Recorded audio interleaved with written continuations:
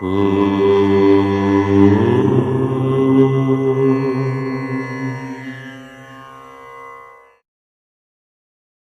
గణేశ శారదా దత్తాత్రేయ సద్గురు పరబ్రహ్మణే నమః. వసుదేవసుతం దేవం గంసజానూరమర్దనం దేవకీ పరమానందం కృష్ణం వందే జగద్గురుం. సుధర్మ ప్రేక్షకులకు మాస ఫలితాల్లో భాగంగా ఈ మాసం అనగా ఫిబ్రవరి నెల మాఘమాసం కొన్ని రోజులు, అలాగే ఫాల్గుణ మాసం కొన్ని రోజులు కుంభరాశి వారికి మాస ఫలితాలు ఎలా ఉండబోతున్నాయి, ఏ విధమైన పరిహారాలు పాటించాలి, ఏ విధమైన జాగ్రత్తలు తీసుకోవాలి, ఇప్పుడు మనం అవలోకనం చేద్దాము. ధనిష్ఠ 3-4 పాదాలు, శతభిషం 4 పాదాలు, పూర్వాభాద్ర 3 పాదాలు కలిపితే కుంభరాశి అవుతుంది. గూగే గో సాసి సు సే సో ద ఇది కుంభరాశి వారికి సంబంధించినటువంటి నామ నక్షత్ర వివరములు. మరి కుంభరాశి వారికి గ్రహ సంచారాన్ని బట్టి ఎలా ఉంది ఇప్పుడు ఒకసారి అవలోకనం చేద్దాము. పంచమ స్థానంలో మిథునంలో ఉన్నటువంటి బృహస్పతి, అంటే కుంభం నుంచి కనుక లెక్క పెట్టుకుంటే 5వ స్థానంలో బృహస్పతి ఎప్పుడు కూడా పంచమంలో ఉన్నటువంటి బృహస్పతి శుభమైనటువంటి ఫలితములను ఇస్తాడు. అంటే చేపట్టిన పనుల్లో విజయప్రాప్తి, కీలక వ్యవహారాల్లో స్టెప్ ఫార్వర్డ్ ముందడుగు వేస్తారు. ఇంకా రెండోది శనైశ్చరుడు, ద్వితీయ స్థానంలో శనైశ్చరుడు ఉన్నాడు. అంటే 2వ స్థానంలో ఉన్నప్పుడు కొంత మాట ముఖ్యము, పొదుపు, తర్వాత ప్రయాణాల్లో జాగ్రత్తలు, ఈ 2 విషయాల్లో కొంత శనైశ్చరుడు ఇబ్బంది పెట్టవచ్చు. రాహువు 1వ స్థానంలోనే ఉన్నాడు, ఇది కొంత దోషం అనేటువంటిది. కానీ ఒక్కటి మాత్రం, రాహువు రాశిలో ఉన్నప్పుడు బ్రహ్మాండమైన ప్రయాణాలు, విదేశీ ప్రయాణాలు అయితే అనుకూలిస్తాయి. కేతువు 7వ స్థానంలో ఉన్నాడు కాబట్టి కొంత ఆటంకాలు అధిగమించేటువంటి ప్రయత్నము చేయాలి. వెరసి కుంభరాశి వారికి ఈ మాసమంతా గురువు శుక్రుడు శుభంగా ఉన్నాడు. 2 గ్రహములైతే ఇక్కడ శుక్రుడు కూడా 7వ తేదీ నుంచి కుంభరాశిలోకే రాబోతూ ఉన్నాడు. కాబట్టి కుంభరాశి వారికి 18, 19 తేదీల్లో కూడా పంచగ్రహ కూటమి కుంభంలోనే ఇక్కడ జరగబోతోంది. అంటే రవి, చంద్ర, బుధ, శుక్ర, రాహు 5 గ్రహములు ఉండడం అనేటువంటిది కూడా కొంత ఫలితాలను ప్రభావితం చేయవచ్చు. మొత్తానికి ఫిబ్రవరి నెల కుంభరాశి వారికి ఎలా ఉంటుంది అంటే మిశ్రమంగా ఉంటుంది. అంత అద్భుతము అని చెప్పలేము, అంత అద్భుతం లేదు అని కూడా నేను చెప్పలేను. క్రమశిక్షణతో మంచి ఫలితాలు సాధించగలుగుతారు. అంటే ఒకటి గుర్తుపెట్టుకోండి, ఎంత క్రమశిక్షణ ఉంటే అంత మంచిది. మీ ఆకర్షణతో మిత్రులను, అభిమానులను సుముఖం చేసుకొని సహకారం పొందగలరు. నూతన పరిచయాలకు, బంధుత్వాలకు ఈ మాసం ప్రోత్సాహకరం. భాగస్వాములతో విభేదం రాకుండా కొంత జాగ్రత్త పడండి. వ్యాపారం చేసేటువంటి వారు కొంత మాటల్లో తేడా వచ్చే ఆస్కారం కూడా ఉంది. కొందరి ధోరణి, కొందరి నిర్ణయాలు ఇవి మీకు విపరీతమైన ఆవేదనను కూడా కలిగించవచ్చు. వివాహాది శుభ కార్యక్రమాల్లో కూడా పాల్గొంటారు. కుటుంబ సభ్యుల ఆరోగ్యం గురించి కొంత ఆందోళన ఉంటుంది. ముఖ్యులు మిమ్మల్ని మధ్యవర్తిత్వం వహించమని కోరుతారు. అయితే అటువంటి మధ్యవర్తిత్వం అనేటువంటిది కూడా మీకు అంత మంచిది కాకపోవచ్చు. ప్రతికూల పరిస్థితులను కొంత అనుకూలంగా మార్చుకుంటే కనుక మీకు ఇంకా మంచి ఫలితాలు మరిన్ని కూడా కలుగుతాయి.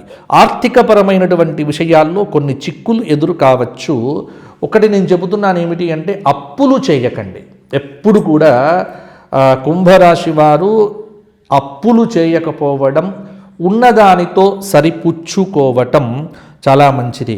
క్రయ విక్రయాలు, అమ్మకము, కొనటం, ఈ 2 కూడా కొంత అవాయిడ్ చేయటం అనేటువంటిది కూడా మంచి పద్ధతి. అనవసర చర్చలతో సమయాన్ని వృధా చేసుకోవద్దు. అంటే చర్చలు ఏదైనా సరే మనోబలాన్ని పెంపొందింపజేసుకునేట్టుగా ఉండాలి. ఎప్పుడు కూడా కుంభరాశి వారు మనోబలంతో నిర్ణయాలు తీసుకోవటం, మనస్సు మీద ప్రభావం అనేటువంటిది చాలా గొప్పగా ఉంటుంది. విద్యార్థులు ఉంటే ఏకాగ్రతతో లక్ష్యాలను పూర్తి చేస్తారు.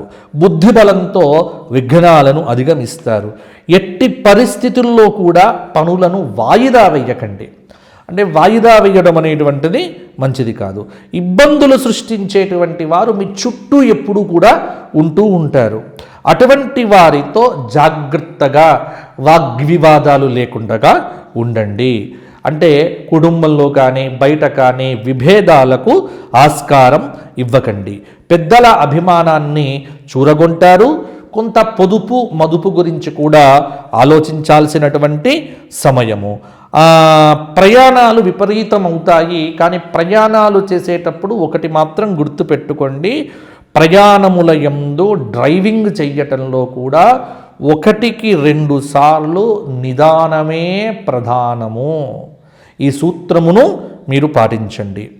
వృత్తిపరంగా ఉద్యోగపరంగా అంకిత భావం, ఈ అంకిత భావం అనేటువంటిది లేకపోవటం వల్లనే కొంత మీరు ఇన్ని రోజులు ఇబ్బంది పడుతూ ఉన్నారు. అంటే కొంత అంకిత భావంతో పని చేయటం.